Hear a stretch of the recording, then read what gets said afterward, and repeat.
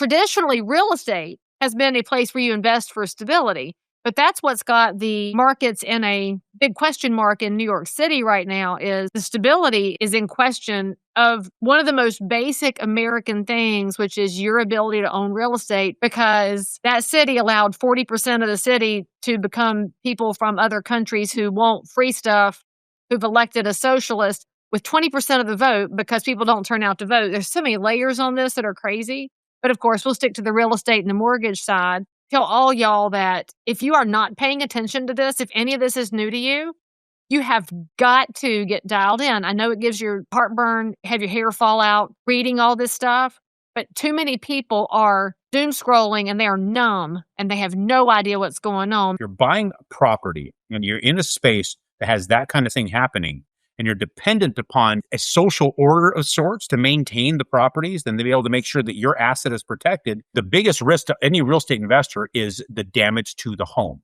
Yes. Especially something that's not catastrophic, that you can't turn into your insurance. But if you have an element of people that treat homes poorly, then you're going to have a lot of expenses. I will never understand why they're legislating and judicially ruling that somebody can stay in a property they don't own. Like, it doesn't make any sense to me. It's just common sense. They don't own it. Why do you let them have it? Aaron Chapman, tell my audience who you are. By the way, if y'all haven't met him, the link over here is to his former episodes, so you can go back and listen. And he and I are going to dig into some hot topics here shortly. Former 2 episodes, so I'm a three-peat over here. I'll give you both of those links over here. You're right. So not only she not let very many back, but then to be a three-peat. I think really the second one with a 3-peat for the first one. Okay. Did that guy give you a picture of yourself? Probably not. So here, audience, you can write in the comments, which one's better, the real me or the painted me? we know the real is, but guys, you got to check it out. So wait a minute. There's bags under the eyes on this, Aaron. Why didn't your artist take out the bags? Hook a sister up. Well, I want to make sure you get to meet the artist face to face. Very authentic. Well, you got to go into the book. And you got to see what we did here. So this work here, this book that we've got, the reason she has that is I asked Leigh if she would be so kind as to read the manuscript and write a recommendation that we could publish. I saw it in PDF. Like I'm an OG reader of this book. She saw the original version of it before it even got fully edited. So, but this is the best artwork in the book. Oh, the artwork is unbelievable. So with this piece, not only did I have my publisher saying, we want all this artwork. Well, Robert Allen, who wrote the foreword, told me you need to illustrate the book. So we got some illustrations done. Then my publisher wanted the painted cover and the illustrations, more illustrations. And we decided if we're doing all this work and artwork, anybody who is willing to sacrifice their time to slog through that manuscript, not only, and then to give me a recommendation, I'm going to have the artist paint their portrait. We'll put that portrait in the book, and then send them the portrait with one of the original, I think it's one of the first 20 copies ever printed. So it says Eric Chapman. Is he your brother or your cousin? He was my brother. He was here actually trying to participate in the last podcast. Oh, you didn't tell me that, Eric. It was you just called him Eric. Oh. That's the man. And then he ended up sick and he can't make it today. But ultimately, we want to be able to give him some pat on the back because there's $100,000 in artwork in this book. Where I tell everybody, yeah, you're paying $27 for a hardback. This is it's a limited edition paperback here, but you're paying $27 for a hardcover, but you have $100,000 worth of hand painted art in that thing. Which legit, you could actually make a picture of this and put it on the Instagram. These are Instagrammable. Yeah, I've got all the originals sitting here. I've got the originals for the cover. The hashtag is the hashtag Redneckonomics. I think so. There might even be a hashtag quit jerking off too, maybe. I don't know. We'll have to figure out all those. But that's not very ladylike, so I could use Redneckonomics. You can do that, but if you want to order the book outside of Amazon, you do have to go to quitjerkingoff.com. Okay, that's so tacky, Aaron. I will have to send my husband there because, he's a classy engineer. That's outside his comfort zone. Yes, I do preach that when it comes to the direct meaning, but there's also the meaning for people just wasting time on things of zero value. We got people doom scrolling and doing stuff they shouldn't be doing. It's like, focus your energy and time. And that's really the point behind that. And that's, I think, third chapter. Which chapter is that? The third chapter. I mean, the ass beating is chapter 6. Let me see. Well, they're all ass beatings. They're not chapters. They're ass beatings. So yeah, ass beating number 2 is quit jerking off. So chapter 2 is quit jerking off. Oh, number 3 is no one gives a damn about you. Which is the truth. some of y'all need to hear that. I mean, it's hard truth, but you know this. Loving the taste of blood. Obviously, if you're watching my show, you already do. If you're investing in real estate, you have to have a little bit of investing in real estate is the next chapter. Put your ass on the line, because that's what investing in real estate is, especially right now. So can we just say, and by the way, y'all, you can get it at Amazon, but if you go to his website, you can go to quickjerkinoff.com or go to aaronbchapman.com. He can probably sell it to you there, and he might even sign it. Yep, you can do that there. You can go to Amazon if you want. You can sign it yourself, because nobody can tell this is a signature. So you can sign it. Nobody will know. We won't tell, because we're don't ask, don't tell over here at Real Talk with Leigh. I'm sure that's what Bill Clinton meant by that back in the 90s. But since we're talking about property investing, let's get difficult here. And first of all, what the hell would you do if you were an investor of real estate in New York City right now? I mean, I really think the people who didn't take Mamdani seriously are probably in shell shock right now, because they thought he was one of these soft socialist types that's all hat, no cattle. And he is surrounding himself with verifiable nut jobs who plan to take private property rights, which is going to cost those landlords an ungodly amount of legal fees, chasing it to the Constitution, because it's not to the Supreme Court, because it's not constitutional, but it's not going to stop them from trying. But you and I work with investors every day. They see real estate as a safe harbor for their money that's going to generate a cash-on-cash return over the long haul. Of course, you have your hiccups, but I think this is more than a hiccup in New York. What are you seeing as an investor, and especially as a lender? If you were a lender right now, would you even loan on something in New York City? Because I think that would be a very bad move from a risk standpoint. If I was the guy writing the guidelines, I would not lend in New York till I got clarification of what was happening there, because it's a very good chance, especially when you're talking about some of the people he's appointed who has completely relabeled private property for something completely different. I think they called it... You're going to have shared equity. Something. All I know is they have not... Share it with? I can't remember what they're calling it. They're not calling it private property any longer.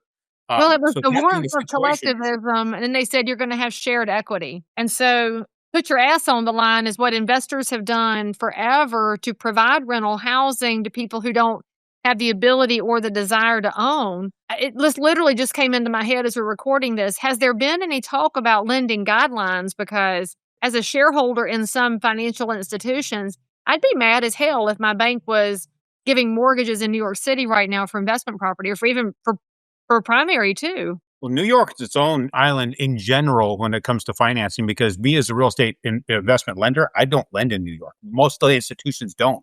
Why? There's a lot of institutions do not. Because of the way the laws are there and what you have to do to get licensed to do business there. A lot of them just don't get licensed because monster headache to do business there. I don't do business in that state.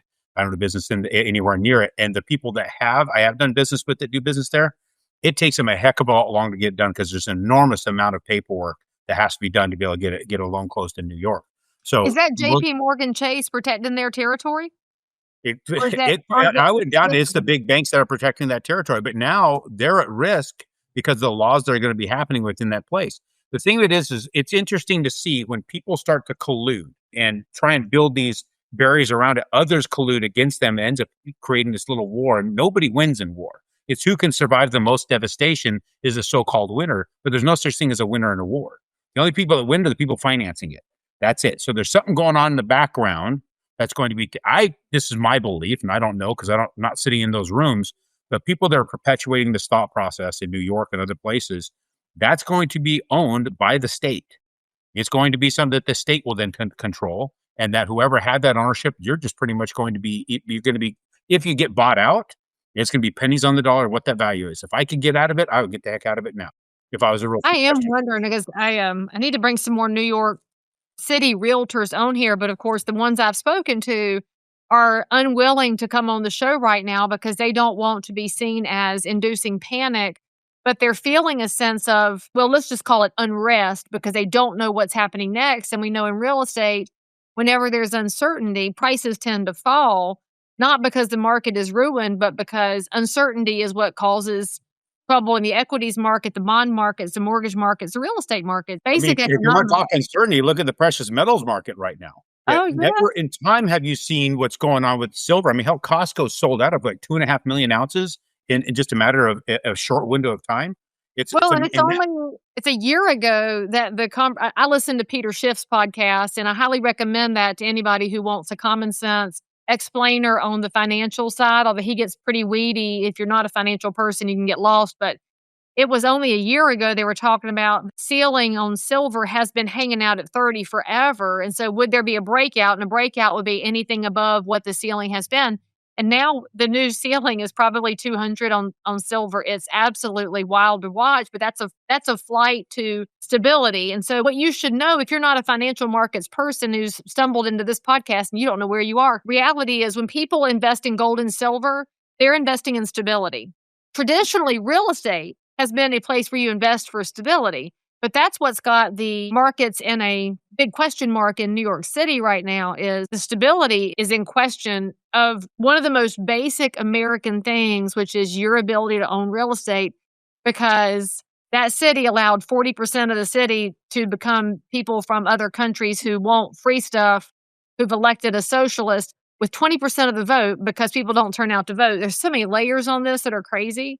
But of course, we'll stick to the real estate and the mortgage side. Tell all y'all that if you are not paying attention to this, if any of this is new to you, you have got to get dialed in. I know it gives you heartburn, have your hair fall out, reading all this stuff, but too many people are doom scrolling and they are numb and they have no idea what's going on. And speaking of what's going on, you had a video that was popular and then has regained steam about Minneapolis. So let's talk about what's happening on the mortgage, real estate, and investment side in Minneapolis. And of course, we're recording this at the beginning of January 2026, when Minneapolis is once again a war zone caused by people who have a vested interest in causing chaos because it's all funded chaos. But that being said, talk to us a little bit about the video that you made and where people can find it and all those fun pieces. So on my Instagram, it's the most viral video I've ever had. I was on a podcast in Indianapolis, Indiana, because a couple of years ago, I was on that particular podcast at that time. And we got to talking about different markets, what's happening in different markets. And one of the comments that led in the conversation led up to a comment where I asked them what they thought was the worst performing rental market in the United States at that time. Now, I said might not be at that specific time, but over that previous 2 to 3 years, they thought New York, which we were just talking about, which would make sense why you'd ask that question. And it was right around COVID is the reason why we were asking these questions. And the guy was actually very surprised that it was Minneapolis. So like, why would it be Minneapolis? But it was not long after the incident with the George Floyd situation, and you have people pushing to get rid of the police. They were burning down police stations. There was just havoc within Minneapolis itself. As a result of that, there was people leaving, selling their rental properties. They were getting out. Your asset wasn't protected. So think about that. If you're buying a property and you're in a space that has that kind of thing happening, and you're dependent upon a social order of sorts to maintain the properties, then to be able to make sure that your asset is protected, the biggest risk to any real estate investor is the damage to the home. Yes. Especially something that's not catastrophic, that you can't turn into your insurance. But if you have an element of people that treat homes poorly, then you're going to have a lot of expenses. And one of the big problems we have right now with people, you get really caught up in cash on cash return. Like, I want to see that I make the most cash flow, but that's going to be like your St. Louis shit box or something like that. It's going to look really good on cash flow, but it's really poor on the overall cash on that property because of the maintenance cost. Well, those maintenance costs going up as much as they did in Minneapolis because of the quality of tenant, they saw an enormous drop to the tune of 17%. In rental income was dropping up to 70% year over year. 17%, sorry. Okay. And that, not 70, sorry, 17, 17, guys. And that data came to me from a flight. I'm big into flying first class, not for the seat, but for the person next to me. The guy next to me happened to be an executive at Redfin. We got to talking about rental markets, and he referenced how that market, they saw tremendous decline in the rents. And he's like, I'm not sure exactly what's causing it. I'm like, kind of easy to figure out when you're burning down police stations, getting rid of law and order, and people going crazy and thinking that they are deserving of something. The people who pay their bills, they leave. Those who want their bills paid for them and think that they deserve to have them paid, they're the ones that will stay. Well, you're not bringing capital into it, so you have to keep dropping rents to get people to rent your property. Now we're back in the news with Minneapolis, right? So with all the stuff that's happening out there, you have that element that's committing fraud. That same element, committing fraud and probably acquiring homes in that same way, fraudulent acquisition of homes is going to have another impact. Once they figure all these things out, unravel all this stuff, start foreclosing, start taking some of this over, you might see a lot of properties on the market out there. Well, you're making the very bold assumption that anything will be done about the massive fraud, and I have questions about that. It's an extraordinary assumption. They're way too tangled up with highly placed elected officials and bureaucrats, so there's probably gonna be a handful that are the sacrificial lambs, and then the rest get away with it. But speaking of the real estate side, I've been looking for a realtor to come on to talk about the impact on the real estate market since the Somalis started coming over a couple of decades ago, and where we are today, where they have established little Mogadishu, where they are taking over the police departments and running for office and winning and really changing the flavor of Minnesota. And listeners and viewers, it's up to you to decide if that's good or bad. These are just facts. And so one of the things we have to be cognizant of as we talk about really big topics is that if I say something and you react to it, you need to slow your roll and think about the data, because what I've been trying to get a realtor to come on is talk about the data. What's happened with this community coming to Minnesota? They come from a low trust society into a high trust society, which is turning into a low trust society. And all of those things have happened.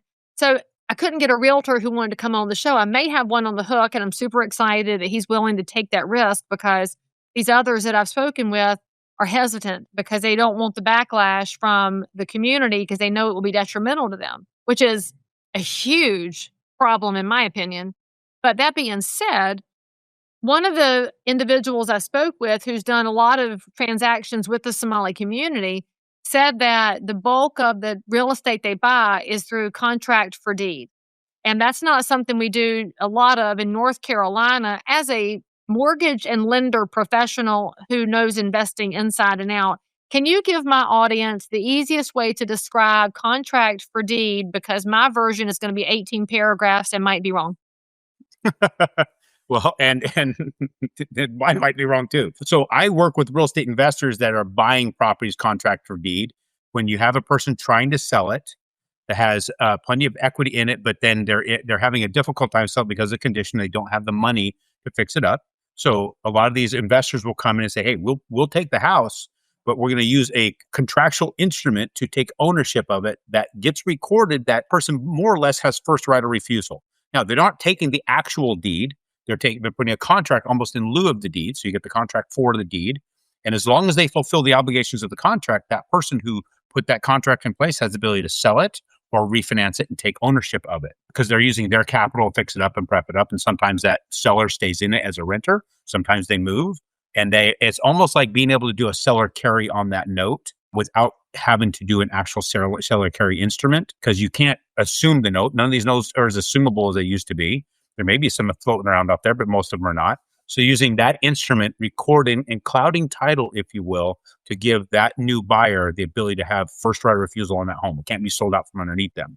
So it protects them and any interest, anything they put into the property. So what you have now is people over in Minnesota that don't have I would imagine it's possible, they don't have the current documentation to be able to have any lender give them a loan. Just that they'd have to have an I-10 and other things in place, or visa or other things in place, and also verifiable income. That'd be an income scenario. We're going to be able to verify what their income was, what their assets were, how's it tied to them. Well, what we're understanding about these schemes that were going on in Minnesota, it may have made it impossible for them to be able to document that and put them in a position to be able to get lending. So somebody used that same instrument, contract for deed. Is this, again, this is all me speculating. In fact, I might have to put my tinfoil hat on as I'm going to talk about it this way and say, since I'm guessing at all this thing right now, I'm getting like it's all conspiracy theory, that maybe people sat there and say, we'll teach you at our Leering Center how to go and buy investment properties and use these instruments. And this is how we're going to do it. And they may have done it as a community. They may have come together to do that. Who knows? It's hard to say how that got done and what they did. But what I can say is things are getting done out there that's outside of the norm.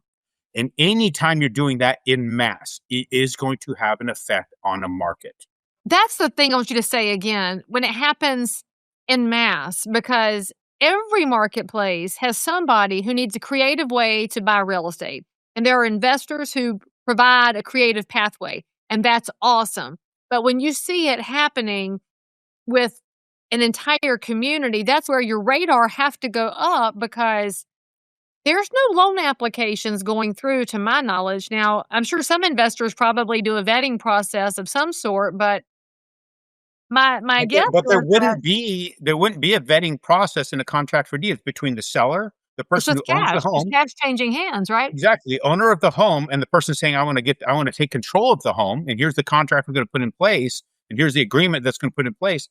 But then what happens if the person stops buying? Let's say they did that in mass. They decide, we're not going to buy anymore. We now have first right of refusal on the title. And you now, person who sold the home to us that didn't have the money to fix it up, that didn't have the capacity to go through these certain things to make it even a marketable property, you're lacking in capital. You're not even in the home anymore.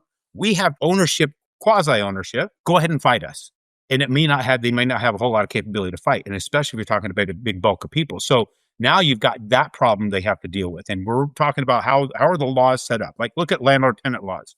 In certain states, right now, Arkansas is my favorite state when it comes to landlord-tenant laws, because if you're not paying your rent, you could risk being arrested, because that's stealing in Arkansas. Arrested? Go Arkansas. High five, Exactly. Arkansas. You gotta love that thought process. But when you get to other states, let's talk California, whatever, it's almost your right as an American not to pay your rent. How dare that person who owns that home even require you to pay rent, right? They should be happy that you're sitting in their house messing it up.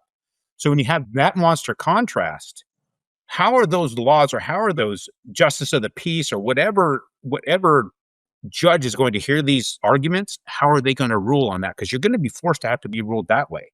And if it goes to a state Supreme Court, here's another big problem. Again, I should be wearing my other hat. State Supreme Courts are appointed judges. Who's appointing those judges? Who's the people in charge of making sure that person gets in? If it makes it to a state Supreme Court, you're not judged by a jury of your peers.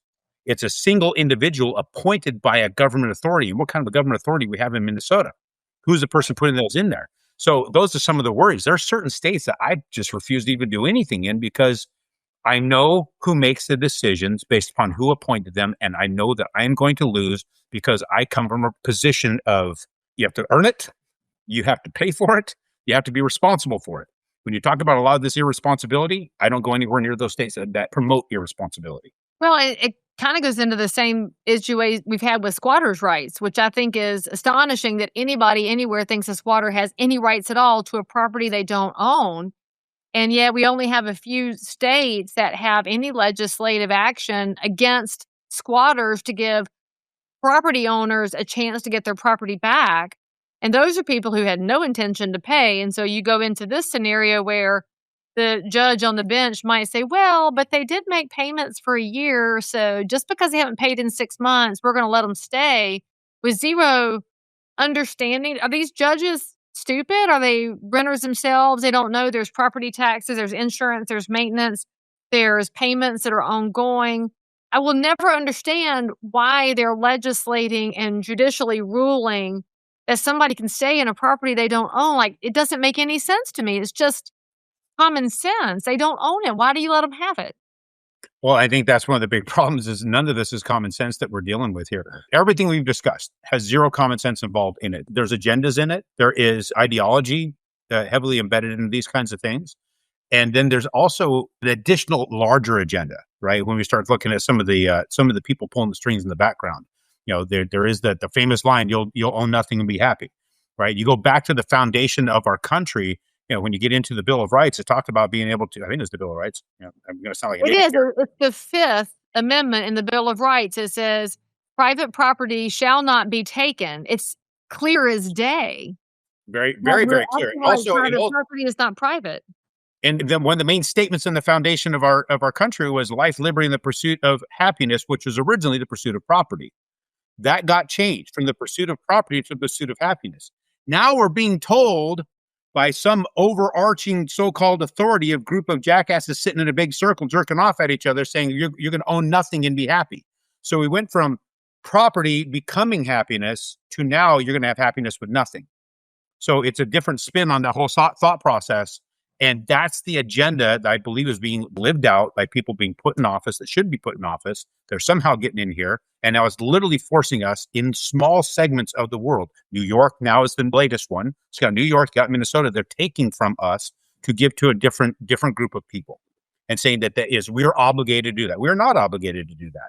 Person's obligated to take care of themselves. By take care of you, you take care of everybody else. Well, and frankly, the biggest thing that's robbed from people is that sense of accomplishment. I remember how it felt when I'd saved up enough down payment to buy my first property and got the keys. It was, oh, I did this. Oh, I got to make payments, but I made those payments. And every month it was, I got to have enough. I want to keep my house. This is my house, my house, my house.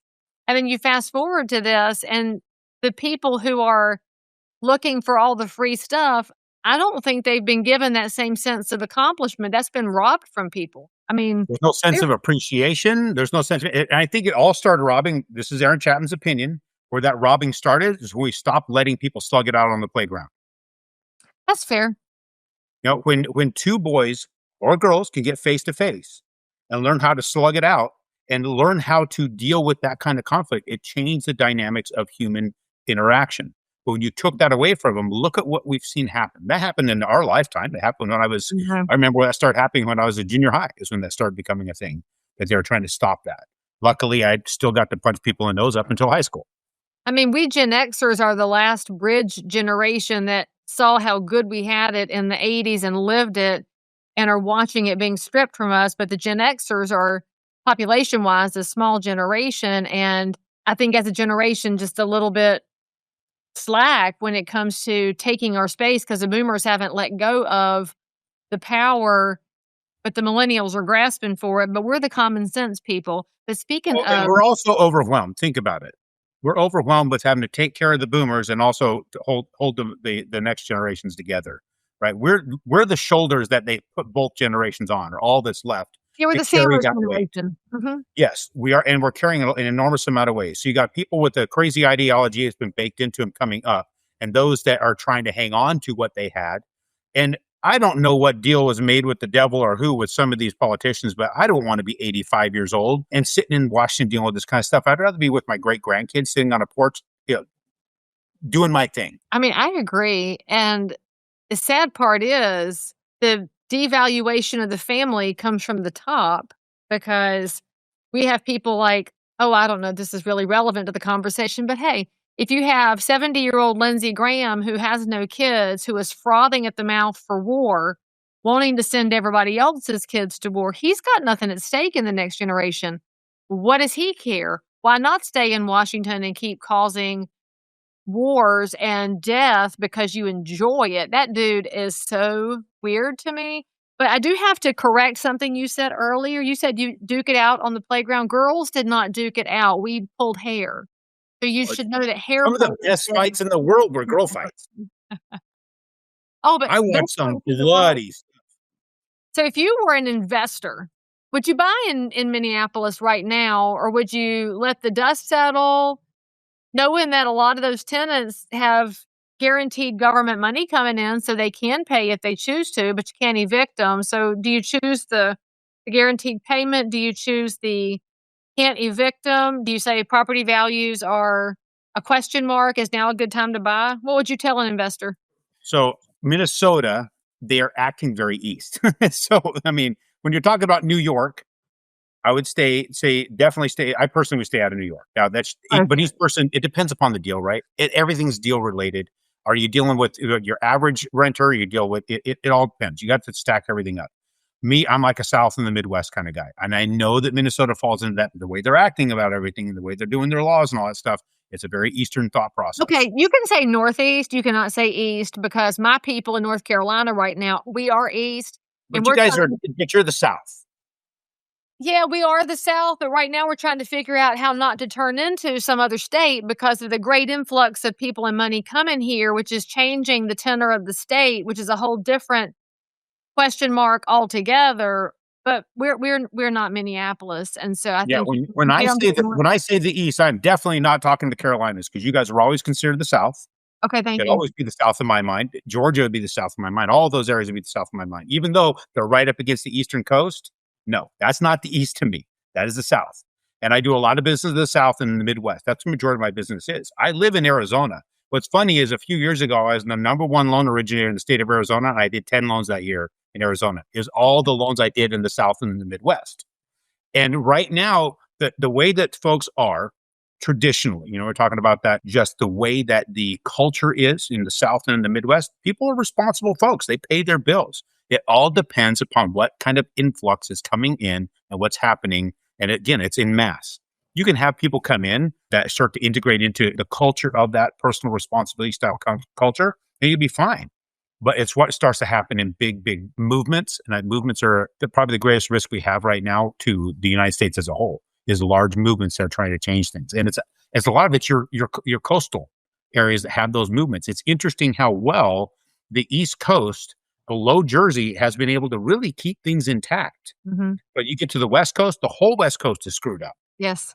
So if you were going to look at the entire geography, we'll just stick with the continental U.S. because Alaska and Hawaii have their own markets because of where they sit.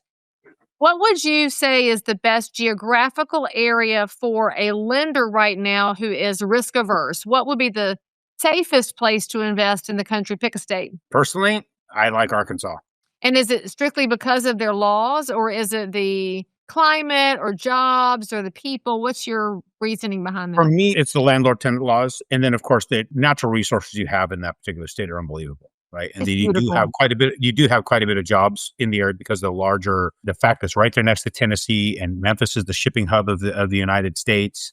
You've got a lot of things happening around it. Now, does that mean it's going to have the most growth? No, it doesn't necessarily mean it's going to have the most growth. You're probably not going to see the greatest amount of appreciation, but you're also going to have the biggest swings when it comes to depreciation on a home when you have market cycles. And then if the other thing we are dealing with is a big problem nationally is we just don't have the inventory.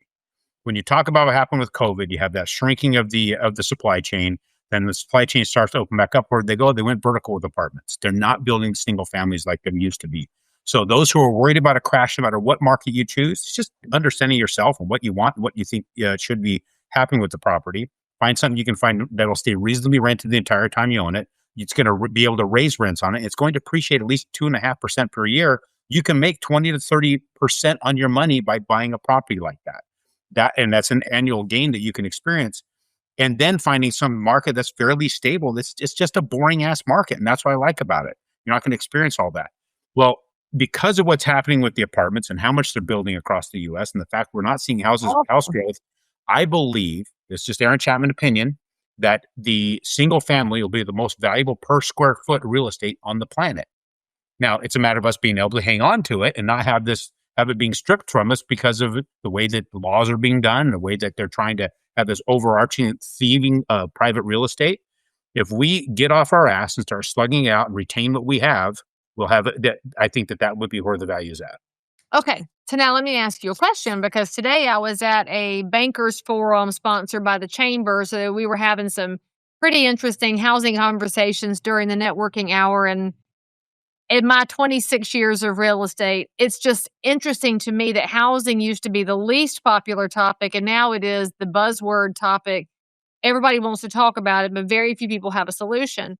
And as I was talking to this one individual, he was laughing at this concept that we don't have enough housing supply, because he said if you fast forward out 5, 6, 10 years, because the U.S. is in a demographic implosion by not having babies, we're going to have enough stock. So we can't overbuild now because later we won't have enough people. And I said, but right now, in many of our markets, we don't have enough stock. So do we stop building because one day we won't need them? How exactly is this a reasonable argument? And then when you talk about the demographic implosion, you have to talk about the number of illegals that are living in the shadows in the U.S. And frankly, they're not in the shadows anymore. They're out and about. So Trump's not going to be able to do mass deportations. The public is too empathetic for that. They're just not going to stand for it. Even though if you look at the numbers, it's the only way to preserve our culture and to save Western civilization is to have only the people here who can find a way to assimilate. But if you mass deported the 22 million or so estimated illegals that are here, then you have enough housing supply but it's not going to happen. So your supply still doesn't match the demand. You're still waiting 10 years for it. I think it was the weirdest argument I've heard is that, but we'll have plenty of space in a few years when the old people die. Well, the other thing is you have this increasing demand from the public and from the pundits and everybody else that we need to fix immigration, right? So let's say we close the borders, we locked all that stuff off. We're not going to get everybody out. The numbers are down. Exactly. Hopefully we will get the criminal element out. And if we can somehow find a way to assimilate, then great. But then they're going to have to figure out some sort of way of adjusting their immigration policies to be able to continue to bring people in. And we're going to see that continued trickle growth as well. So I think even if we start seeing that boomer generation starting to die off, we're still going to have an import coming in. So that we're going to have that replacement happening as well. So I'm not 100% convinced that there's accuracy in that statement that he had indicated, because they're still going to have people coming in. We're still going to have that. We're not going to stop it completely. But it's a matter of being able to set it up properly. I'm not saying open Ellis Island up again, but having a process that makes it easier for people to come across that can actually assimilate and contribute to our society. And if they're not willing to assimilate, and if they hate the country, they should go. Yeah, go be where you enjoy it. Why? That's the thing I don't understand. Why do you come over here? If you want to leave something, then don't bring the same crap with you. Right? If you leave a room because it stinks, you don't go drop the same stink bomb in the room you moved into. But if you came here because you value the freedom of speech and the Second Amendment and the idea that you can own your own home, and you're willing to wave the American flag and say, this country did things for me, hey, let's go. And, I don't believe that it's really the people who left their country that wanted to get out that are coming here doing that. There's a whole other thing happening that's driving that particular group to wave the other flags and hate America. I know way too many people that struggle to get here that have assimilated, and they love this country. They work, they work their guts out. I have my dentist and the contractors that work for me, they've built great businesses. They freaking love this country. They're a wonderful people. I wouldn't let them go for nothing. Yep. I drive an hour to my dentist. He's from Iran, and he had to get out of Iran with $10 in his pocket at 16 years old. And he's got houses and all kinds of multiple different offices and stuff. He built an amazing little empire for himself. He loves this country. He thinks it's great. In fact, when I first met him, was hanging out with him, he invited to his family. All these people come in, and it was some of the craziest food. It was awesome. It was absolutely amazing. And then he says, I would love to have a cool American experience. Like, cool. So I took him to the monster trucks. And he thought that was the greatest thing, that his whole family all loaded up in this black Lexus. I've got a car full of Iranians following me down the freeway. And it was really awesome. I took them into fairgrounds, at monster trucks. We had BMX, we had motocross racing. He's buying toys for the kids. He absolutely loved it.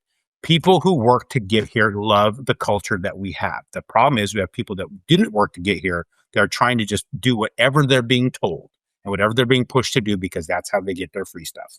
Well, if we cut off the free stuff, we would probably see the numbers adjust themselves pretty organically, I think. Because a guy like my roofer, who is such a good man of honor, he's not on any government programs. Your dentist is not on any government programs. They don't need it. Cut it off, whatever. They've built, with their blood, sweat, and tears, and with the opportunity this country has, they've built great businesses. The ones who are scamming probably would leave if you cut the money off. And then you don't have to have any mass situations. Yep, but they're never going to cut the money off as long as they can get votes for it. Of course not. Then we have to figure out what's the purpose behind the votes, because it sure as heck isn't for serving their community. Oh, no. It's for serving themselves. Mm-hmm. And by the way, that's not a partisan statement, y'all. And I'll just point out, we had a ribbon cutting for a beautiful, I hate to call it low-income housing because it is affordable housing. It's subsidized. It's public-private partnerships. Beautiful use of housing credits and bonds. I love this product. And they're able to offer units at way below market rent to people who need a hand up. They want somewhere clean, nice, and safe to live without the stigma. And while we're sitting there doing the ribbon cutting and we're looking around at the beauty of it, there was a realization that when people have a common goal in mind, which is good things for the people who live here, where the developer gets to make a profit, the government's job is to help ease the cost of labor and materials, but not to do it themselves and take it over. And the opportunities get expansive and you realize there's no partisan crap in play because they don't have anything to gain from this. There's no torch they can light and tar and feather and pitchfork going on because it's all good on all fronts, which actually gives me a tremendous amount of hope for the markets that we can take care of people well. But it also is because there's a property manager there who's personally vested in the tenants and he knows them and he's trying to help people see a better way forward. And they listen to that. So they're not there trying to burn anything down. Yeah. And then there's also, they're not trying to make sure their brother-in-law gets the contract, right? So go ahead and bid it up to whatever. I'm going to make sure you get it. None of that kind of stuff. Everybody coming together. It's all out in the open. Everybody can see what's happening. The books are there to look at. That's what it was all built for. That's what we should be having. But it's all the backroom handshake stuff that's just got to stop. And I don't know how we stop that. You turn it off. Why Congress won't pass an insider trading bill and why the public doesn't get madder about that? Because a lot of people I've talked to like, well, my representative is not the problem. It's everybody else's. I'm like, actually, that might not be true. But voters do have an inherent belief that their guy's the good guy and everybody else is crooked, without taking that 30,000-foot view and saying, wait a minute, why can't we agree on some common sense things? We should agree. If you know things, you don't get to insider trade, and you shouldn't make generational money being a public servant. And if you are fraudulently opening daycares and home health cares, there shouldn't be any fraud involved. But if you've opened one up that's legitimate, I'm probably okay with that. And we shouldn't be supporting people that want to burn the country down, but we could support people that want to lift the country up. That all seems like common sense, nonpartisan stuff to me. It would make sense to me. And then those who are caught in that stuff, we do need to respond the way that we're supposed to respond to anybody who's stealing and thieving and creating all that kind of problem. So would that be public hangings in the square or drawing? I would be all for that. I would vote for that all day long. We only need to do it a couple times. I mean, that is the reality. Think about punishing your kids when they do something that's wrong. If you handle it the first time, it's not a repeating problem. Yep. Well, let's see. What else are we going to talk about? I wanted to ask you about something else. We talked about... Did it have to do with the Fannie Mae NBS situation? The fact that the president came out and said, hey, $200 billion towards mortgage-backed securities? Can we just address that that's actually quantitative easing?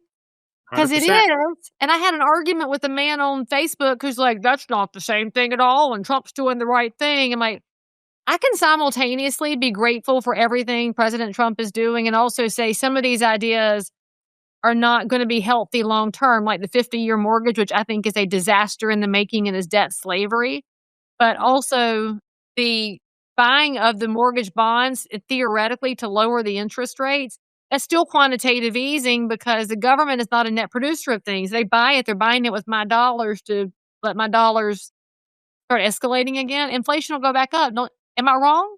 It's going to push the price of housing back up because all you're doing, they're saying, well, we're going to help the affordability. Well, by bringing the rates down, it brings the payment down and gives more people the opportunity to get into the game to start bidding on this. Then you create a bidding war. So it's more people after fewer things. We just established that we're short already on supply. So what we're going to do now is drive the price of the monthly payment down to drive the price of the supply up. Now, if I want to get a tinfoil hat back on and go all the way back pre-2008 and all the things that happened, everything in my opinion led up to institutional buyers to be able to take control over an enormous amount of single family housing and push the values way up by convincing them to use public capital to bring down the price of money. So that way the public come in and bid it the heck up. So that way they can see enormous gains in what they're able to buy. So you crash the market, buy up a ton of it. It goes up 7 to 10 times the value of what they paid for it back then. And then, of course, you have other games where they're selling it, their own other companies to push prices up. There's an enormous amount of play going on there that's forcing our housing out of our hands to eventually get to a point where we won't even afford to be able to couldn't afford to own it, and we'll own nothing and be happy. So with that quantitative easing, I believe is a bad move. Driving interest rates down, people think that rate should get back to what they claim a normal rate, which would be 3% for the homeowner. No, that's not normal. 6 is normal. We're at the norm right now. We're in normal rates right now. Anything below this puts an unhealthy push in one part of the market or the other. So where we're at right now, people need to be happy we're at where we are. In fact, if you look back in history, you go all the way back to 2008, where we sit today, we've been trading in this range, and I talk about it all the time on my YouTube show right now, where we're at. As of September this last year, the exact date that we pierced into it was August 25th. From August 25th on to right now, we've been riding in the range of the value of the UMBS 5.5 coupon that was established the date they announced quantitative easing, which was November 25th of 2008. The day they announced it, it pierced into this range and it stayed in this range that entire time. What's interesting, I have said over and over and over again, it will not pierce out of that day's trading range where it opened and closed. It went higher, but wouldn't pierce out of that until they announced quantitative easing again. You know, the first time it pierced out of it since then was the day that Trump came out and said, we're going to have Fannie and Freddie buying 200 billion of MBS. And it skyrocketed up on the 9th, which was Friday. And today is lost every bit of all those gains. And it's back to where it was prior to that because it was a flash in the pan scenario. Guys, $200 billion, forgive me, but it's a pimple on a gnat's ass compared to the real demand in the MBS. It's not going to move the needle, but for a small amount, possibly get some others to buy in, take some profits, and get out, which is exactly what they did. We are not going to see interest rates go much lower unless we have a reasonable amount of capital that's going to go in and then be dedicated. We had $16 plus trillion go in from 2009 up until 2021. That's an enormous amount of capital compared to anything in the billions. That's what would effectively make some sort of difference in that. And we don't want the Fed doing that because that means they're going to take it from the U.S. Treasury. They're going to filter it to the Federal Reserve. The Federal Reserve is going to buy it and put it on their balance sheet, and it's going to push our dollar value down even further than it is now. It's going to push the cost of housing through the roof, and your wages are not going to freaking change. Call me crazy, but that kind of sounds like money laundering. It's 1,000% money laundering. Think about that. It's insanity. And look what we got coming. Powell is going to be leaving as chairman this first quarter, I think, or maybe it's May. I can't remember the exact date he's leaving.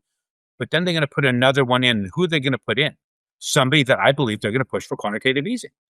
Of course they are, but I don't know if they can get past the Senate right now, and you still got a 60-vote threshold in the Senate. You also have to understand that people voting there in the Senate, a lot of the times they're not listening to their constituents, and the people that are voting, they're going off of what they believe is right for the country. And I highly doubt very many of them really understand economics and what the quantitative does to economics. I've been blessed to be taken into DC to speak in various different offices in the Senate and in the House. And one of the smartest people I interacted with happened to be Maxine Waters' staff member. And we talked about things. And I mentioned to her, the things you guys are voting on, the directions you guys are taking is you think are helping housing, but it's actually helping funds be able to do housing. It's stopping us from being able to really look where housing is truly being benefited, especially low income, which is your mom and pa real estate investor. Once I started talking with her about that, she gave me her card and said, we need to talk. That was 2019. COVID happened. I never made it back because of all that's happened since then. But when they understand it and they get it, those staffers want to write it in. The problem of it is they don't understand the practical application of these things because they come from a college where they get a degree on the theoretical thought process of the professor, not practical application. Then they go into this ecosystem or this bubble within DC where it's just an echo chamber of the same ideas, and the people vote on it has never practically applied a damn thing in their life. So when you think about all that, it's just a matter of having practical information coming from people in the streets to get it done. It's just we've been silenced and we're not able to get that information out there. And I think that people voting on this don't understand fully what those votes do. Well, and that lies on us as voters that we're not selecting statesmen anymore who are thoughtful and digging into the topics because they do have, in their defense, they have a lot of things on their plate that they have to get educated on. So they do rely on their staff. And some of these staff are as knowledgeable and ethical and competent as you will ever meet. But then you realize that that's not who we elected. And one of the pushbacks I get, I'm the chair for congressional term limits in North Carolina, and I believe we need term limits in D.C. But the argument I tend to get back is, but there wouldn't be term limits on staff. And so you'd have a staff-run bureaucracy instead of elected officials because the staff could be there for 40 years. And if the elected official's only there for 6, they're going to have to rely on the staff. So now they have too much power, which means there's a lot of, I'd say, balancing that's needed so that we get people in there who can make thoughtful decisions and bring up thoughtful topics and not just try to be sound bites on TikTok. Yeah, and that's what you're talking about, the bureaucracy in the background that's keeping things going the way that it is, the status quo. One of the people that I've learned to really, really respect We were talking about the common sense thought process that goes out there. John Fetterman. I mean, that dude surprised me. Biggest surprise for me politically in anything. And he's so unafraid to say, look, and I know he's he's way to the left of where I believe on a lot of topics, but I'm so grateful for his common sense. Like, look, guys, can't we agree that X is good? And we can worry about Y later, but let's start with X. We can agree on that, right? And he gets castigated. It's crazy. Yeah, I mean, and when he first came in, I'm like, who's this some bitch in the hoodie and shorts? For crap's sake, what's going on over there? It's like, what's happening in that state that's what they chose? And then you more to get to listen to him. At first, I wasn't certain. Then the further you got, it's like, that guy, love that guy. I'm okay with the term limit issue we're dealing with right now with people who have common sense. But ultimately, it doesn't matter. The people, we need to have term limits. We need to have people come in that have enough stones to come and make their voice heard, regardless of what the staffers are saying. Hey, guys, I know what you're doing. I know what you're trying to do here, but this is what the people I represent want. So figure out a way to write this in and quit putting in little fine print bullshit. And I don't know why they can't make a bill 10 pages and easily read by a 9-year-old. No. It's not whether they can, it's whether they will. What you mean is you don't understand why they won't, because they could. Exactly. What you just said. That frustrates me more than anything. If we just that alone would solve so many problems by cutting it down to a maximum of 10 pages, plainly written information that could be understood by your average 8th grader. You do that solves a hell of a lot of problems. So that sounds like unconventional success ideas on the beaten path. And so why don't you tell our audience where can they get a copy of your new book?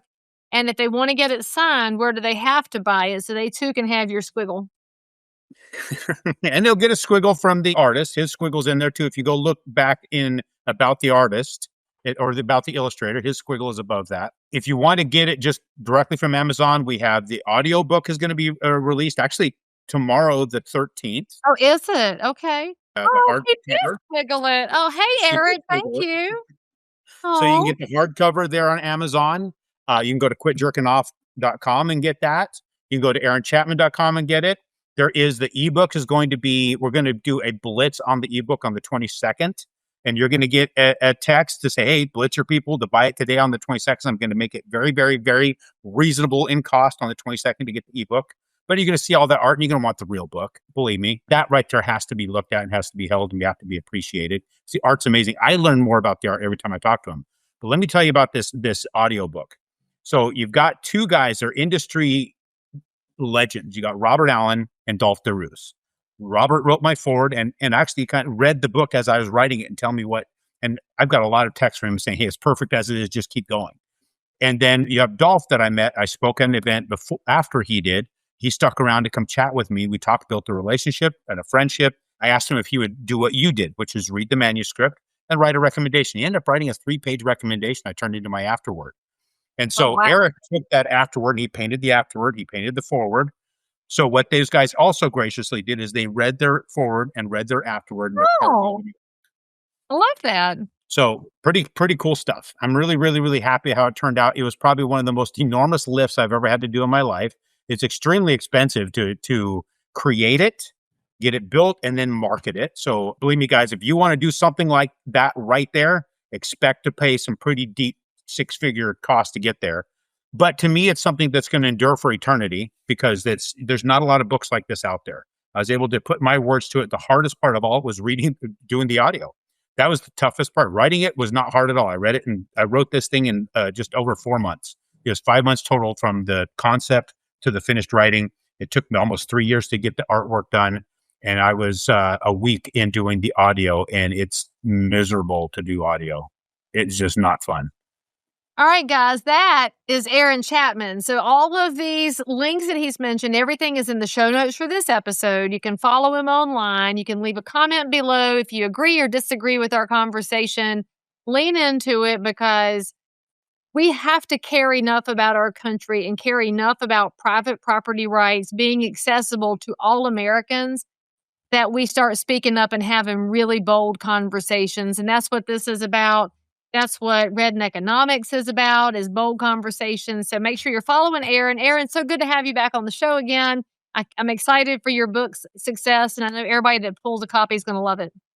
Well, thank you very much. I'm excited I got to do a number 3. So let's plan number 4. All right, guys, watch the previous episodes with Aaron for, slightly more filter. We're losing our filter as we get older, but that's just part of the process.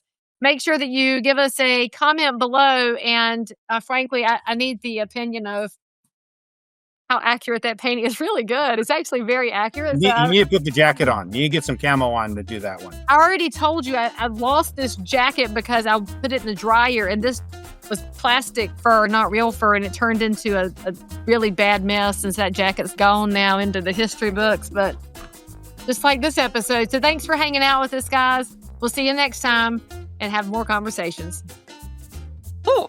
If that doesn't give you a new perspective on real estate or at least make you laugh out loud, you need to check your polls, friends. Now listen, if you loved what you heard, go ahead and click the subscribe button, hit the bell if you're on YouTube, follow on that favorite podcast app, and pretty please leave me a 5-star review, not just for me, although I do totally love the affirmation, but because it helps other people find the truth behind the real estate curtain too. And hey, if you've got a wild story of your own or something burning you want to learn about in real estate, you can slide into my DMs, as the young folks say, or shoot me a message. Maybe you can be the next guest on Real Talk with Leigh Brown. If you keep showing up, I'll keep bringing the chaos, the coaching, and the crazy stuff we all love in real estate. I'll see you next time, friends. And remember, real estate ain't always pretty, but it's never boring.